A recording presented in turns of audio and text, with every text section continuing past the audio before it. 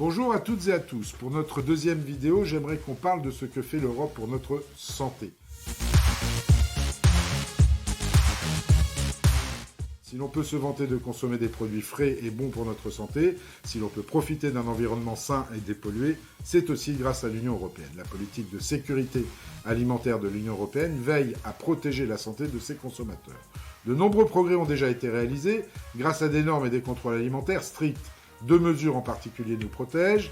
Depuis 2006, les antibiotiques stimulant la croissance ne sont plus utilisés dans les élevages et depuis 2003, les produits contenant plus de 0,9% d'OGM sont soumis à des normes de traçabilité et d'étiquetage. Qui dit protéger notre santé, dit protéger notre environnement.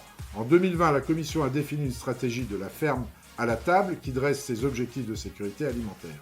D'ici 2030, l'Union européenne souhaite réduire de 50% l'utilisation des pesticides chimiques et d'antibiotiques destinés aux animaux d'élevage. Consommer mieux, c'est aussi consommer en toute transparence.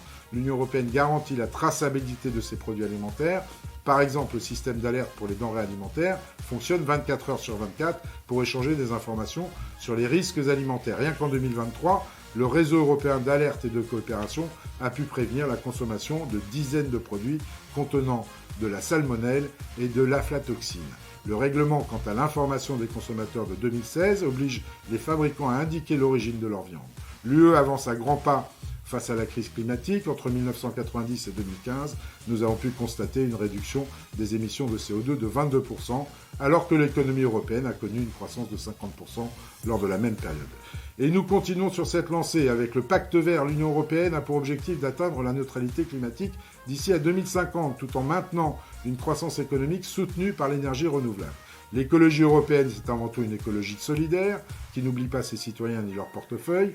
D'ici à 2030, l'UE prévoit la création d'1 million d'emplois verts. L'écologie européenne, c'est le refus d'une écologie punitive.